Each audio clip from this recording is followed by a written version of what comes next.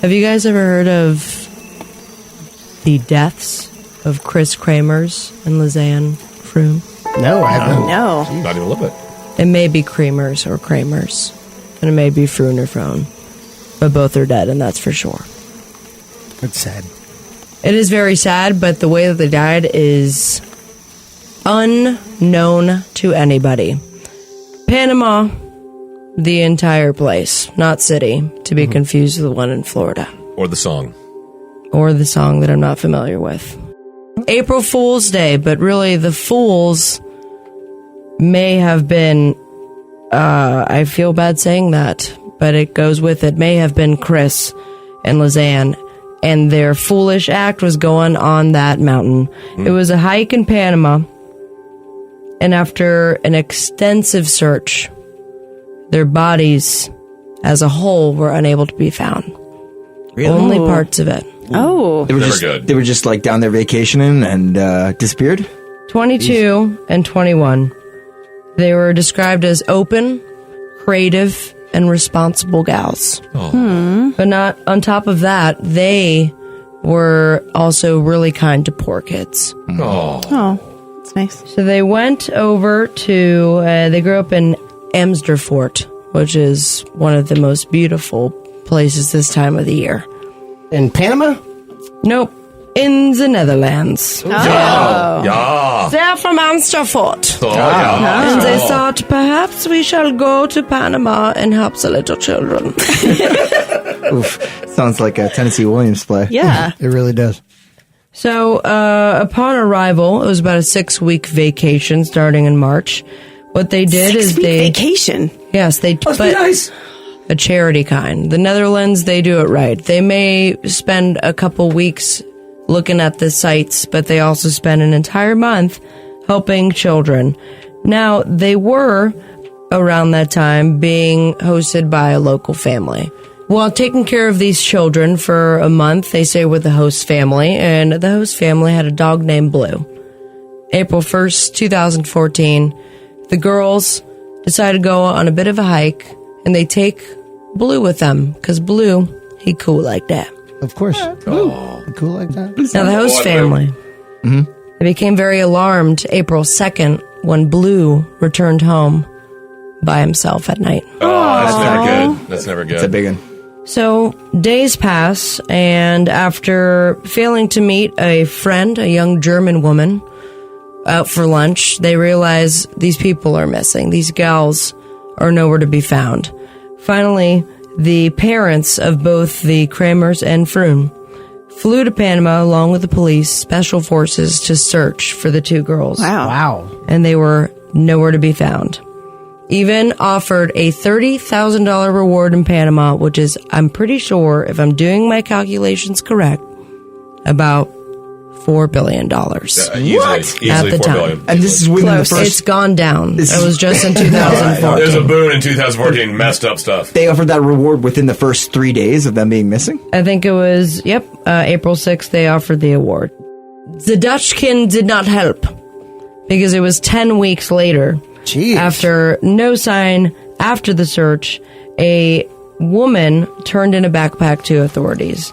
She claimed to have found it while tending to her rice paddy, because that's old school as fuck. Yes. Seriously. They made a rice I paddy. didn't even know they had rice fields in Panama. They've got rice in Florida. But I'm pretty sure it's by machine, not someone, an old woman Like, with a yeah. rice paddy by the river. And it was by her village, which is 12 hours by foot from where the girls disappeared from. Okay. Now, they identified it immediately as Lauren's backpack. It had a PowerShot camera, a Canon, very expensive, HD pictures, 1080p, 2 bras, a Samsung Galaxy phone, and an iPhone 4. Everything well packed, dry, and left in good condition. This is 10 weeks later, 12 hours by foot from where they disappeared from. Now, they went through their data, and it turns out that one of the girls had tried some hours after the start of their hike to get in contact with police, which is 112 in the Netherlands and 911 over in Panama. So that happened immediately when they left? Yeah, something had gone down with the two girls when they started their hike. Hours later, they tried to call. Now, with the mobile phones, they also saw that none of the calls had gone through, but after the logs were retrieved, they saw both phones had made multiple emergency calls. Just hours after the beginning, the iPhone had made a call. Then there was one from the Galaxy phone. None of the calls had gone through, but there was one that lasted over a second before breaking up. After April 5th, so they gone missing April 1st, one of the phone battery became exhausted. It was not used again, but the iPhone made another call, but it was, because of reception, it turned on just for a second. But who did they call? I think it was the mother of one of the girls. Then one report showed that between the 7th and 10th of April, there were 77 emergency calls attempts on the iPhone. Oh, jeez. Whoa. From when was that? Between 7 and 10 days after they disappeared. And they were still trying to ping, or the phone was just on? The phone They was made trying emergency calls. to make emergency calls. They would not go through, but according 77? to the logs, Yeah. they had tried it 77 times. And then April 11th at 10:51 a.m., I'm sorry, I gotta interrupt. This is super sad. I mean, and this was 2014? 2014. Wow. But it gets even crazier. We've talked about people getting slaughtered and ripped apart and everything. That wasn't really sad, but the fact that it's 2014 makes it a little closer because they have iPhones. Yes. And they, Wait, a person with an iPhone had something happen to him? This is wait creepy. a second. That means it could happen to us. Damn it. They also had a power shot camera, and on April 1st, it shows that the girls were taking the trail. There's pictures of them, and shortly after their first attempt at 911. Then, April 8th, it was used again to take 90 flash photos between 1 a.m. and 4 a.m. at the rate of a photo every 2 minutes. Whoa. And most of the 90 photos were taken deep in the jungle and near complete darkness. A few photos had shown a river or a ravine. Some visible photos showed a twig with plastic bags and candy wrappers.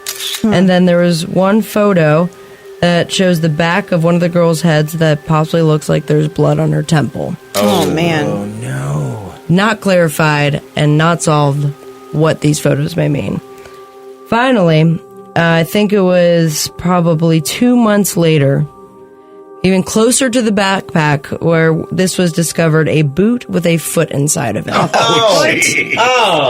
No one wants to see that. No one wants to see that. How far away was that from this camp? That was like a 12-hour walk? It was a 12-hour walk, and then this was that they say is just shorter. And It's got to be. The boot was nearby. If where you the think backpack a was person found. walks maybe 5 miles an hour, it's at most 60 miles away. So Chris's jean shorts were zipped and neatly folded on top of a rock on the opposite eastern bank of the area where they found the backpack initially. Then, in a short time span, over 33 bones would be discovered from long distances apart from each other in the same riverbank. DNA testing in the Netherlands, excuse me, had confirmed that it was belonging to the two girls. Also been noted that Froon's bones still had some skin attached to them, while Chris's bones appeared to have been bleached. That's yeah. I was just about to say, if they found bones, They didn't maybe find meat. 10 weeks, months afterwards, it takes years for it to get down to a pure bone in decomposition. That's ooh. How do you know that? Summer job. Interesting. So, there's a lesson to be learned here. What's that? I'm not quite sure yet. Oh my God, that's scary as we hell. need the lesson. We need the lesson again. That's so we don't have to do this.